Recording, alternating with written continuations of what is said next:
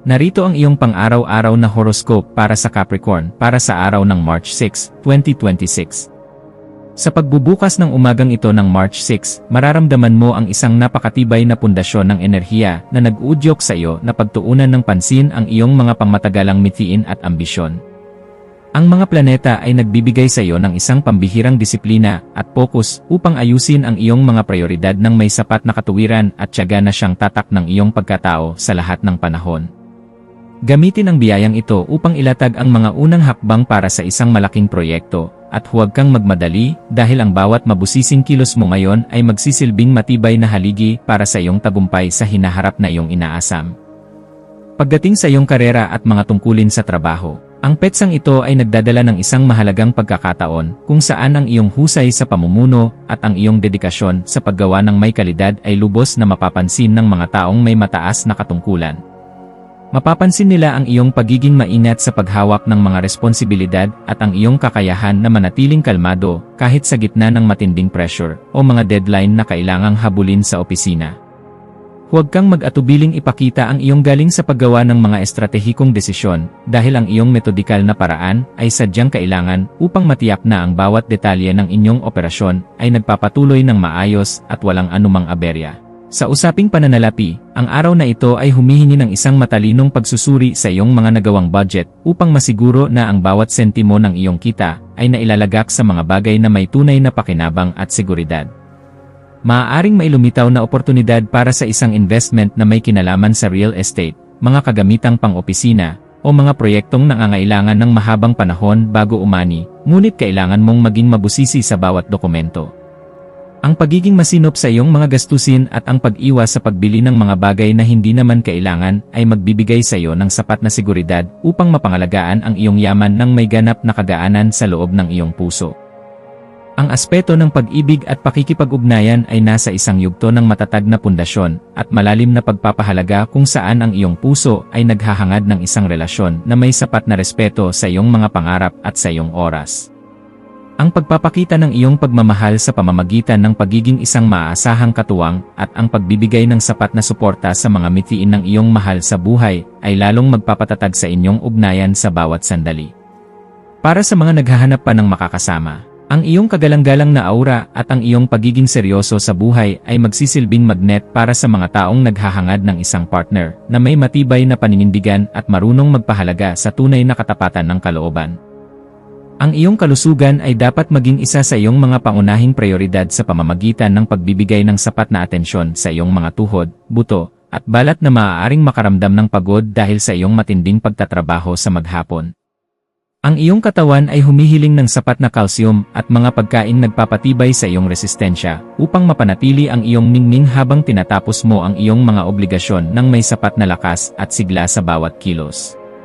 Ang pagsasagawa ng mga ehersisyong nagpapabuti sa iyong postura o ang simpleng pag-unat ng iyong katawan sa gitna ng trabaho ay makakatulong upang mailabas ang mga negatibong vibes at mapalitan ito ng sariwang inspirasyon na magpapatibay sa iyo.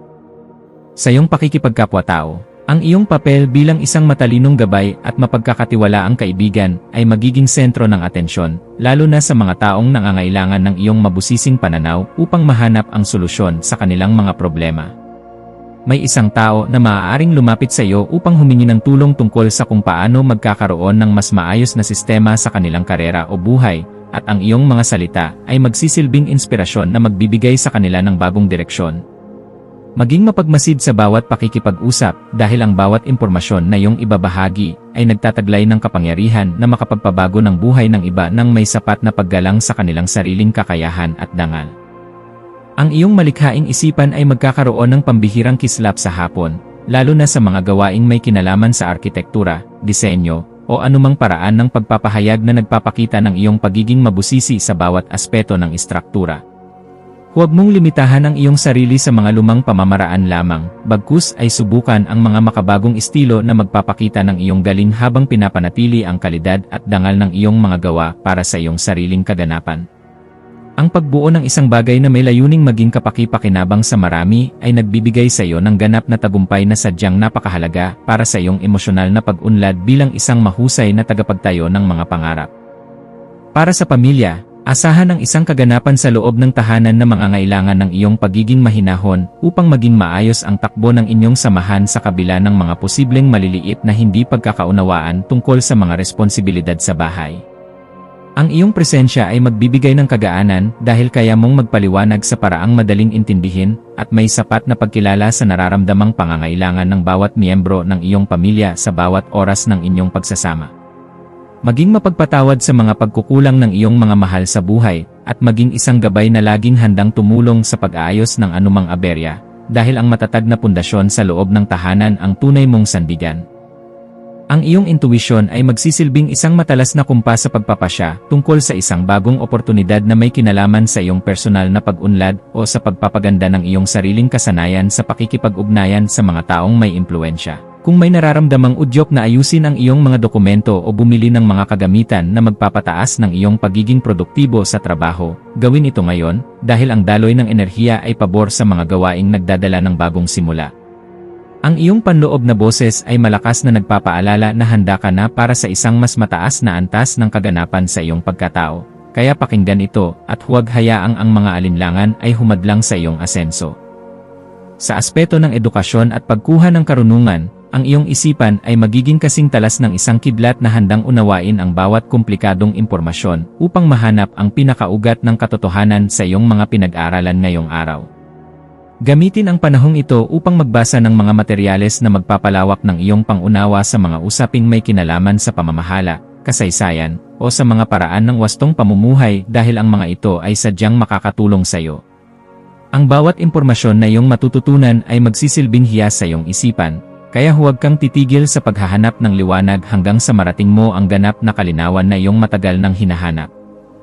Iwasan ang pagiging masyadong matigas ang ulo sa iyong mga pananaw upang hindi ka makagawa ng tensyon sa pagitan mo at ng mga taong nais ding magbahagi ng kanilang mga ideya para sa ikabubuti ng inyong pangkat. Ang pagpapanatili ng isang balanse sa pagitan ng iyong paninindigan at ng iyong pagiging mahinahon sa pagtanggap sa mga opinyon ng iba ay isang kasanayan na dapat mong pagtuunan ng pansin ngayong araw upang mas lalo kang irespeto. Ang pagpili sa kung ano ang nakakabuti sa iyong pangmatagalang mitiin nang hindi isinasakripisyo ang iyong mga prinsipyo ay magbibigay sa iyo ng mas mabilis na resulta at mas malalim na kagalakan sa bawat sandali ng iyong pagkilos.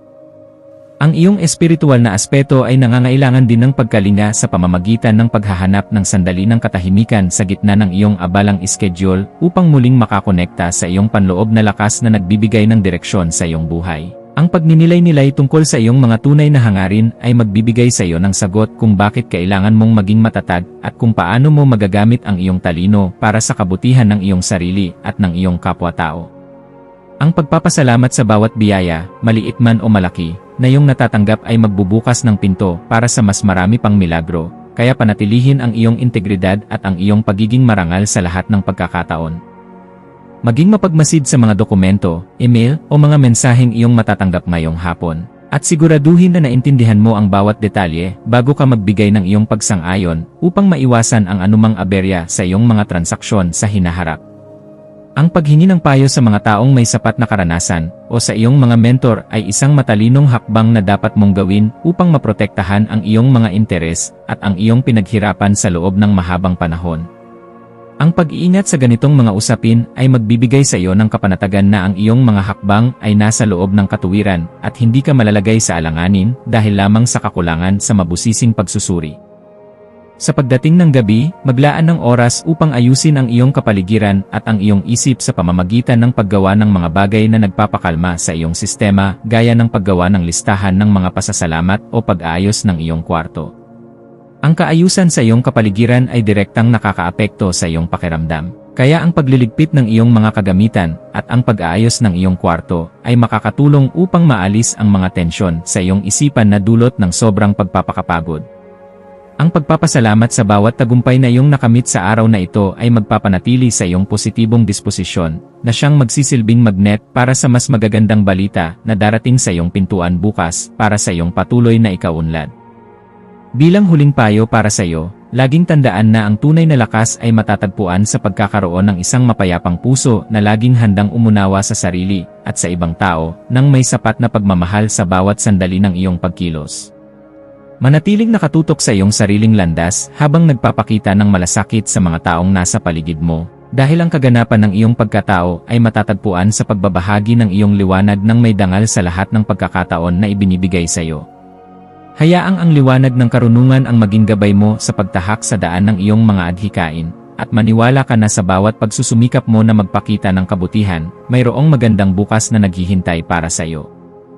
Ang iyong mga maswerteng numero para sa araw na ito ay 4, 8, at 19. Ang iyong maswerteng kulay ay madilim na asul o kulay abo na sumisimbolo sa katatagan at disiplina. At ang maswerteng gawain para sa araw na ito ay ang paglilinis ng iyong mesa, ang pag-aayos ng iyong mga appointment para sa susunod na linggo, o ang pagsasagawa ng isang mabusising pag-aaral tungkol sa isang bagong sistema na magpapabilis ng iyong trabaho sa opisina.